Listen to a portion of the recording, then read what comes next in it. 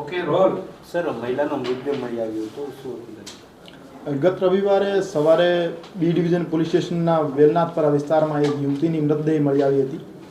પ્રથમ દ્રષ્ટિએ આ યુવતીના માથામાં ઈજાઓના નિશાન હતા. એના ઉપરથી પ્રથમ દ્રષ્ટિએ એવું લાગતું હતું કે એની હત્યા થયેલી છે. માનનીય સીપી સર બ્રજેશકુમાર જાસર અને additional CP sir Mahendra Bagadia sir દ્વારા ગુનાની ગંભીરતા સમજી ક્રાઇમ બ્રાન્ચની અને લોકલ પોલીસની અલગ અલગ ટીમો બનાવવામાં આવેલ હતી.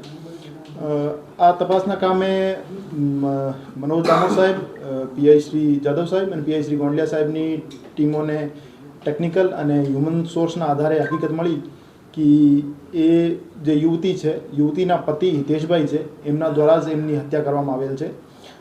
બનાવનું કારણ પૂછપરછ દરમિયાન એવું સામે આવેલ છે કે સ્નેહાબેનના લગ્નના તરત જ પછી એમના વચ્ચે બંને વચ્ચે અમુક વસ્તુઓને નાની નાની બાબતોને લઈને માથાકૂટ ચાલતી હતી અને હિતેશભાઈ એના ઘરકંકાસથી કંટાળી ગયા હતા અને સ્નેહાબેન નાની નાની વાત ઉપર એના ઉપર શંકા કરતા હતા. વારંવાર એમને વિડીયો કોલ કરતા હતા અને એને લોકેશન બાબતે પૂછતા હતા અને પોતાના સાસુ સસરા બાબતે ગાળી ગલોચ કરતા હતા. આ બધી વસ્તુઓથી કંટાળીને હિતેશભાઈ તે દિવસે એમને બહાર જમવાનું લઈ જઈ એવું કહીને સ્કૂટી ઉપર બેસાડી બનાવવાળી જગ્યા ઉપર લઈ ગયા હતા અને એના માથામાં લોહાનો એક લોખંડનો સળિયો મારીને એમની મૃત્યુ નિપજાવેલ હતી. એના માથા ઉપર 3 ઘાવ હતા, એક નાક ઉપર, એક કાન ઉપર અને એક માથાના પાછળના ભાગે. એના કારણે એનું મૃત્યુ નિપજેલ. સાહેબ, પતિ પર શંકા કઈ રીતે ગઈ? કારણ કે જ્યારે એને સ્ટોરી અલગ અલગ બનાવતો હતો. એમના પતિ દ્વારા હત્યાનો બનાવ આપેલો કારિત કર્યા પછી જે મરણ થનાર છે એના ઘરનાઓને સંપર્ક કરવામાં આવેલ હતો કે તમારી બહેન ઘરેથી નીકળી ગઈ છે પાણીપુરી ખાવાનું કહીને અને મળતી નહીં.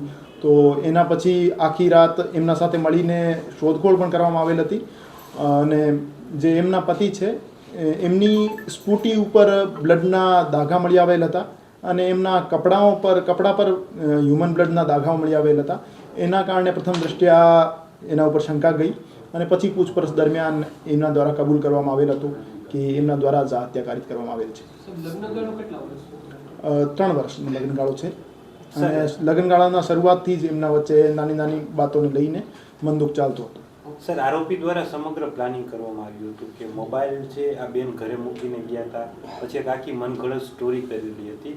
તો ક્યાંય આરોપી જે છે એને લાંબા સમયથી પ્લાનિંગ કરેલ હોય એવું હજુ સુધી પ્રાથમિક પૂછપરછમાં સામે નહીં આવ્યો. તે જ દિવસે એને 3-4 વખત જે મરણ થનાર છે એમના દ્વારા કોલ કરવામાં આવેલ હતા કે તમે મને બહાર લઈ જવાનું કહેતા હતા સવારે અને હજુ સુધી ઘરે કેમ નહીં આવ્યા, તમે ક્યારે આવશો? તો વારંવાર કોલ કરવાથી અને વારંવાર જે માથાકૂટ ચાલતી હતી એના કારણે એને નિર્ણય લીધો કે આજે એને મારી નાખવાની છે. એક સીસીટીવી સામે આવ્યા હતા કે જેમાં મહિલા બહાર જતી દેખાય છે, તો એ સમયે ક્યારે ગઈ હતી અને આ ભાઈ છે એ ક્યારે પોતાના ઘરેથી એને બહાર લઈ ગયો હતો?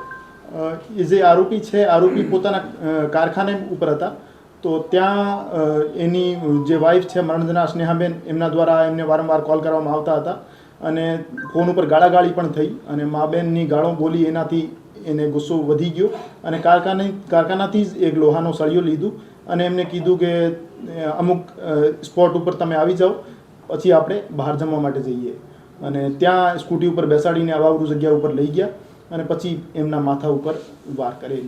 બનાવ સમયે આ જે મહિલાનો ફોન છે એની સાથે હતો અને પછી આ ફોન છે ઘરે મૂકવામાં આવ્યો હતો એવું કંઈ?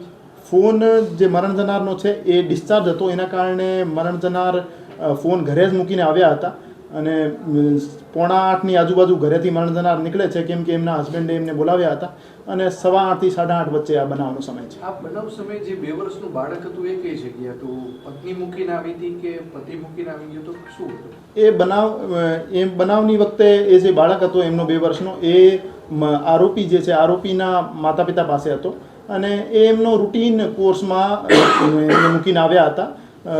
એની પત્ની જે છે બાળકનું ધ્યાન નહોતી રાખતી એટલે રેગ્યુલરલી એને જે હસબન્ડ છે આરોપી છે એ પોતાના માતા પિતા પાસે જ રાખતા હતા. સવારે મૂકીને આવે ને સાંજે લઈ આવે. ગુનાના કામે આપણે શું કબજે હાલ કરેલું છે? હજુ સુધી ડિસ્કવરી પંચનામા ક્રાઇમ બ્રાન્ચ દ્વારા કરવામાં આવેલ નથી. એ લોકલ પોલીસ સ્ટેશન દ્વારા જે આઈઓ છે એમના દ્વારા કરવામાં આવશે. ઓકે સાહેબ, એક હિન્દી